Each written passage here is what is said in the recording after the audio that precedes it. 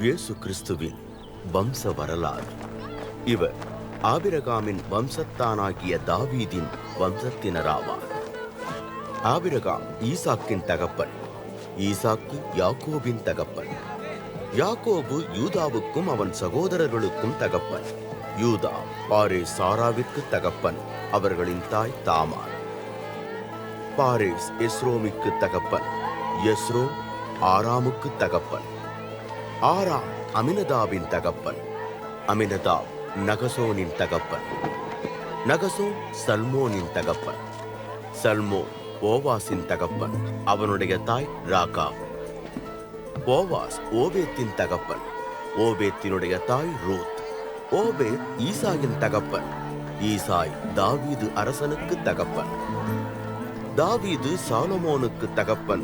இவனது தாய் உரியாவின் மனைவியாய் இருந்தவள்.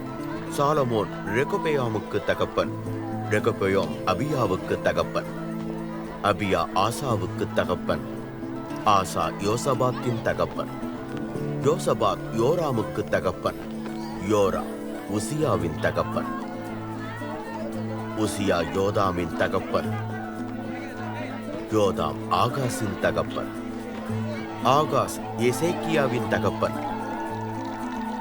எசேக்கியா மனாசேயின் தகப்பன், மனாசே ஆமோனின் தகப்பன், ஆமோன் யோசியாவின் தகப்பன், யோசியா எகோனியாவுக்கும் அவன் சகோதரர்களுக்கும் தகப்பன்.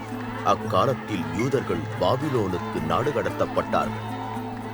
பாபிலோனுக்கு நாடு கடத்தப்பட்ட பின் எகோனியா சலாத்தியேலுக்கு தகப்பனானார்.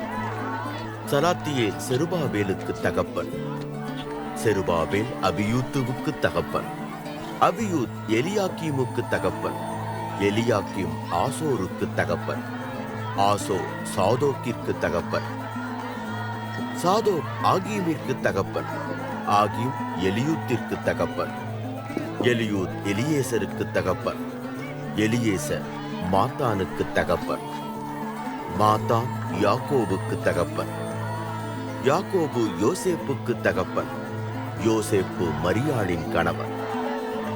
மரியாளிடம் கிறிஸ்து என அழைக்கப்படும் இயேசு பிறந்தார்.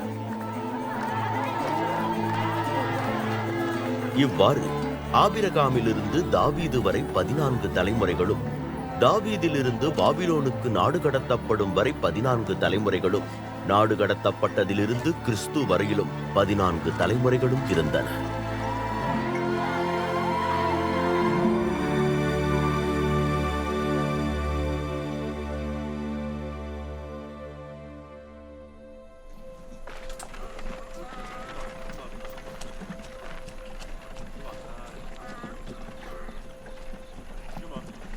இயேசு கிறிஸ்துவின் பிறப்பு இவ்வாறு நிகழ்ந்தது.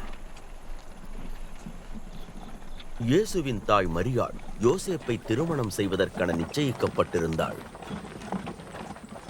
ஆனால் அவர்கள் ஒன்று சேர்ந்து வாழும் முன்பே அவள் பரிசுத்த ஆவியானவர் மூலமாய் கருவுற்றிருக்க காணப்பட்டாள்.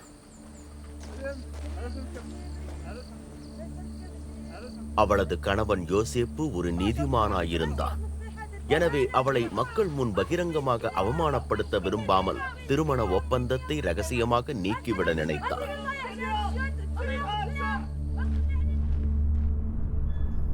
அவன் இவ்வாறு சிந்தித்துக் கொண்டிருந்த போது கர்த்தரின் தூதன் அவனுக்கு கனவில் தோன்றி, தாவீதின் மகனாகிய யோசேப்பே, நீ மரியாளை உனது மனைவியாக சேர்த்துக் கொள்ள தயங்காதே. ஏனெனில் அவள் பரிசுத்த ஆவியானவராலேயே கருவுற்றிருக்கிறாள். அவள் ஒரு மகனைப் பெறுவாள். நீ அவருக்கு இயேசு என்று பெயரிட வேண்டும்.